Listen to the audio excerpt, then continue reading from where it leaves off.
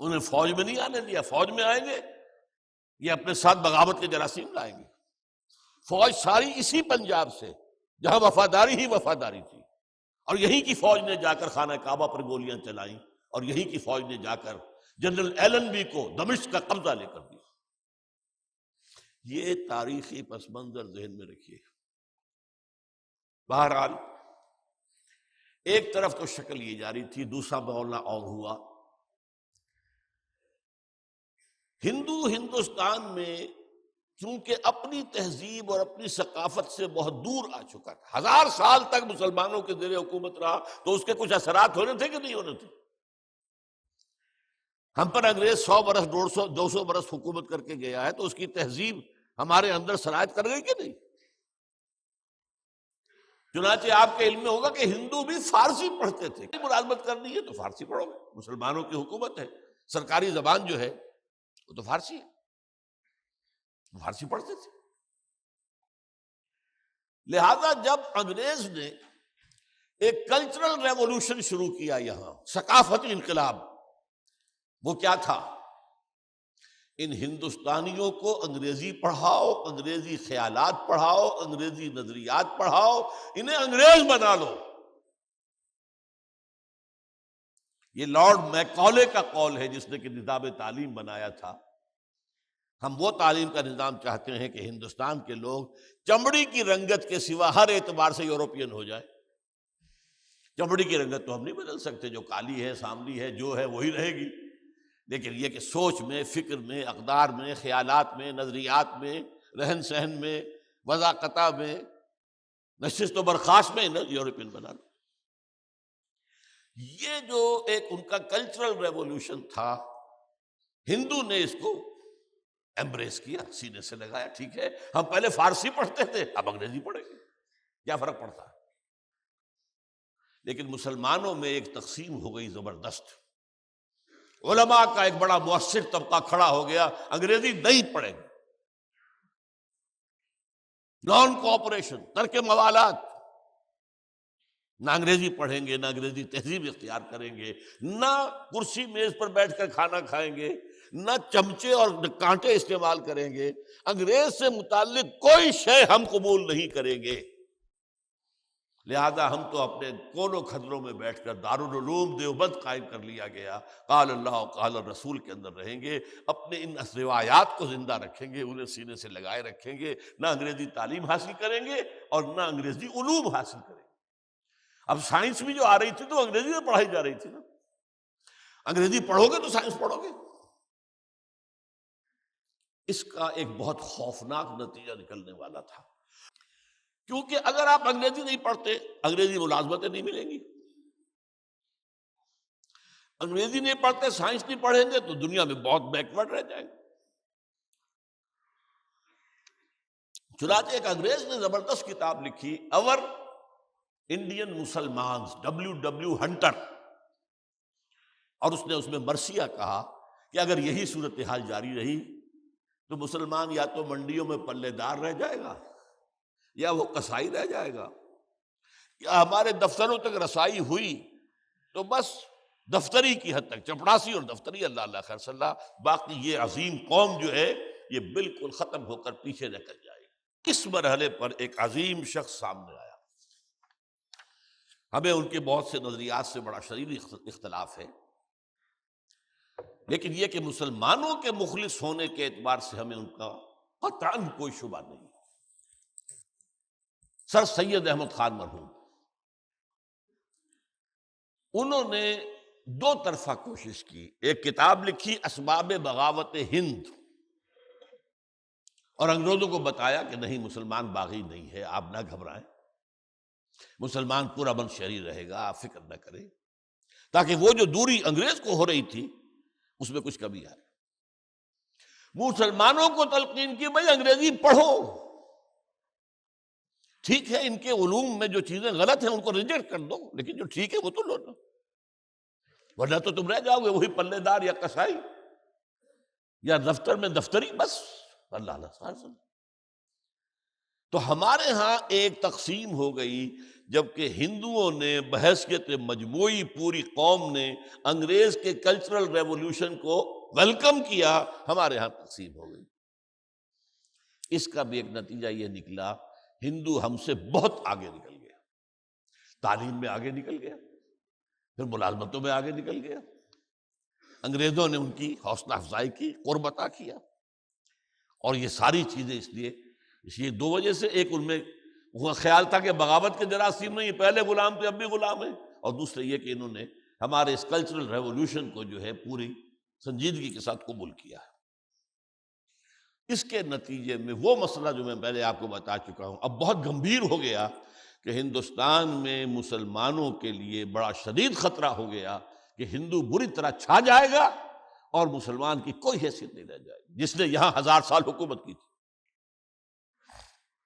اب اس سلسلے کو ذرا ایک طرف رکھیے، دو عظیم سیاسی جماعتیں بر عظیم پاک و ہند کے منصع شہود پر آئی۔ پہلی آل انڈیا نیشنل کانگریس، اور غور کیجئے آپ حیران ہوں گے، نئی بات جن لوگوں کے علم میں آئے گی، اس کا قائم کرنے والا ایک انگریز تھا، کوئی گاندھی تو نہیں تھا یا کوئی اور ہندوستانی تو نہیں تھا، مسٹر ہیوم۔ یہ ایک سول سرونٹ تھا، ریٹائرڈ۔ اس سے کچھ یہ اطلاعات پہنچی کہ بنگال میں کچھ ہندو نوجوان زیر زمین تحریک شروع کر رہے ہیں انگریزوں کے خلاف بغاوت کی تولیہ۔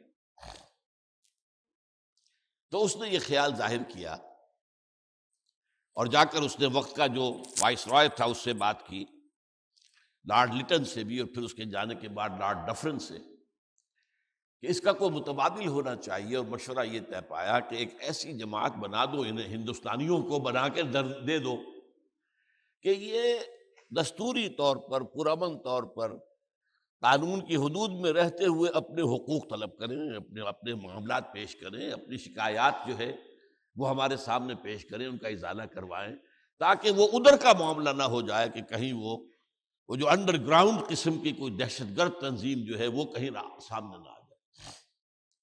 چنانچہ یہ 1885 میں پونا کے مقام پر آل انڈیا نیشنل کانگریس آئی۔ دوسری جماعت آل انڈیا مسلم لیگ، یہ 21 برس بعد قائم ہوئی،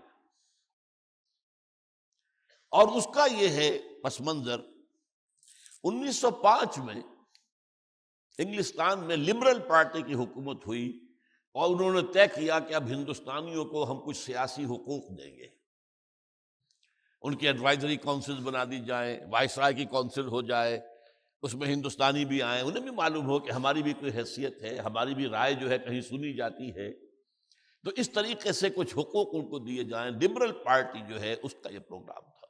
اس پر مسلمانوں کی وہ تشویش اور زیادہ ہو گئی کہ اب تو وہ وقت آ گیا، اگر ون مین ون ووٹ پر معاملہ ہوا تو مسلمان تو ہمیشہ کے لیے غلام ہو جائے گا ہندو کا۔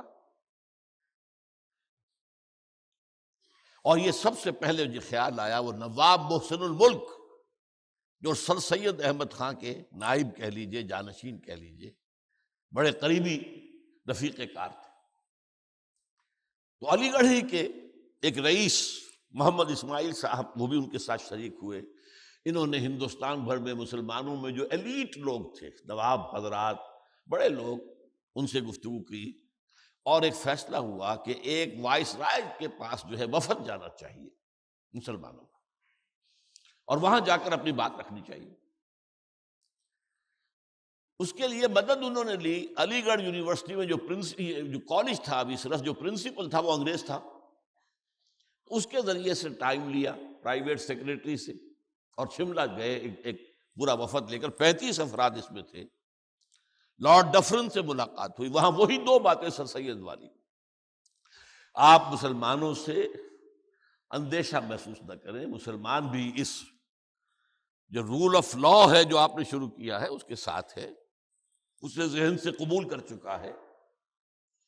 نمبر 2 یہ کہ ہمارے ہاں اگر آپ نے ایک آدمی ایک ووٹ کے اصول پر معاملات دیے اور حقوق دیے تو اس میں تو ہمارے ساتھ بڑی بے انصافی ہو جائے گی، یہ درست نہیں۔